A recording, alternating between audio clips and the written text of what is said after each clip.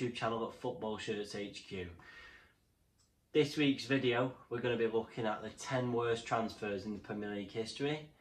Just before we get into it, if you can all like this video and subscribe to my channel, it'd be great. Starting off this video at number 10, we've got Francis Jeffers, signing for Arsenal from Everton for 13 million in 2001. Francis Jeffers went on to just play 22 games. He only scored 4 goals for Arsenal. He then went on to play for 11 clubs after he left Arsenal. The most games that he played for just one club was 54 games at Sheffield Wednesday. It'll go on to be one of the worst transfers that Arsene Wenger ever made, especially when he was up against players like Henry and Bergkamp. I don't know what he was thinking at the time. Number 9, we've got a big money transfer for Manchester City. We've got Eliaquim Mangala, signed from FC Porto for £40.5 million in 2014. Now, from experience of watching him every week, he didn't fill me with any confidence at the back, and he got signed with so much potential. Everyone expected him to be the next big centre-half that we were going to sign and future captain. Turned out to be awful. Got let go on free to Valencia, and I've not heard anything from him since. Shocking signing. Number 8 now, it's Alberto Aquilani for Liverpool, signing from Roma in 2009 for £18 million. He's one of the most injury-prone players that's played in the Premier League. He played just 18 games in 3 seasons at Anfield. It was a really good move at the time. He had so much potential to give, but he just never fulfilled that. With Rafa Benitez getting sacked and being replaced, he just never got a look in, and actually said since he left Liverpool that he didn't even want to go to Liverpool. It doesn't bear well for you. Number 7 is the man that had to be in the list, is Bebe.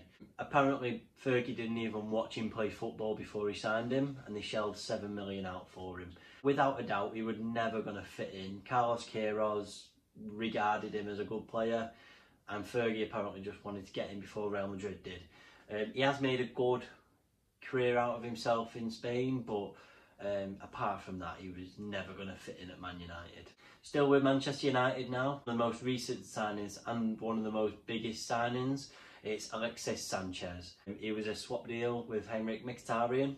Everyone for Man United saw this as a good deal, and I think everybody else at City were after him at one point, but nobody could imagine how it turned out. He was horrendous for Man United. He was shadow of the player he was at Arsenal, and now he's on loan at Inter Milan, which I can never see him coming back to Man United. Just a terrible signing all round for both the player and the team. And let's just take a minute to see this shocking transfer video.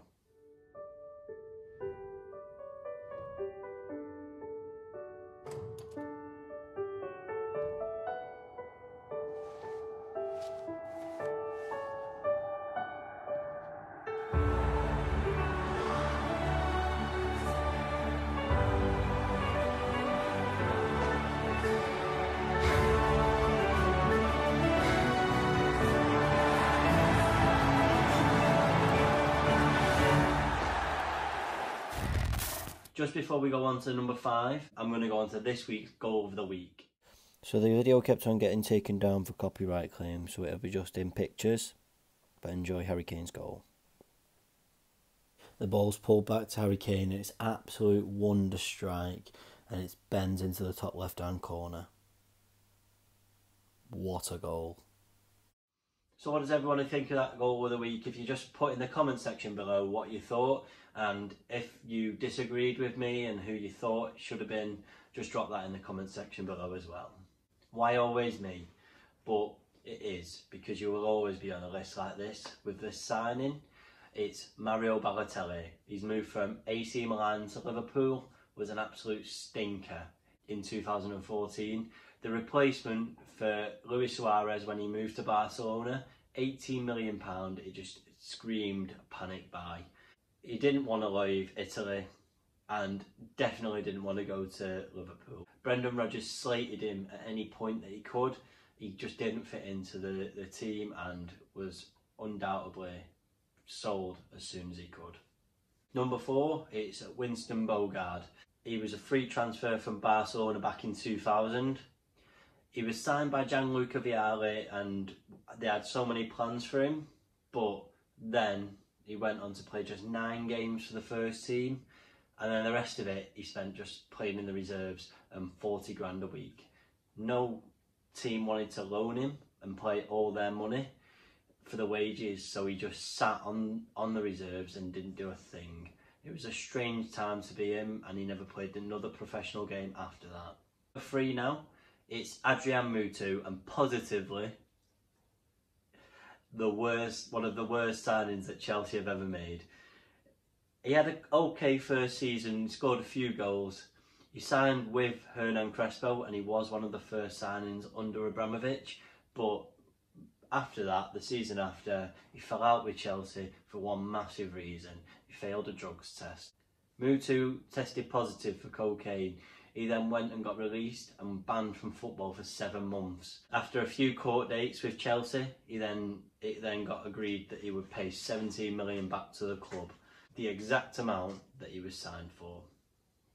Adrian, you let yourself down. And in at number 2 now, it's Danny Drinkwater. Now, when he was at Leicester, he had a great career and he won the league with Leicester. I think that he was one of the most key parts to that title winning team. After that though, he got signed for Chelsea for £34 million. It's astronomical, the price that he paid for him. He's then gone and played just 12 games for Chelsea. He's actually still on the books. He's got loaned out to Burnley. In the time that there, he had a fight in a nightclub over a League Two girlfriend, who then he got injured with his ankle and never played again for Burnley. It's a strange time, but he's on 100 grand a week at Chelsea. I can't see him giving that up. That's why he comes in at number 2. And number 1, who else could it be but Ali Dia? What a strange signing. Was signed under the pretences that he was George Weah's cousin. Apparently George Weah rang him up. So in 1996, Graham Souness signed him. It went on to be one of the strangest signings ever made. He lasted just 53 minutes, and the team that he played for before Southampton in the Premier League was Blythe Spartans.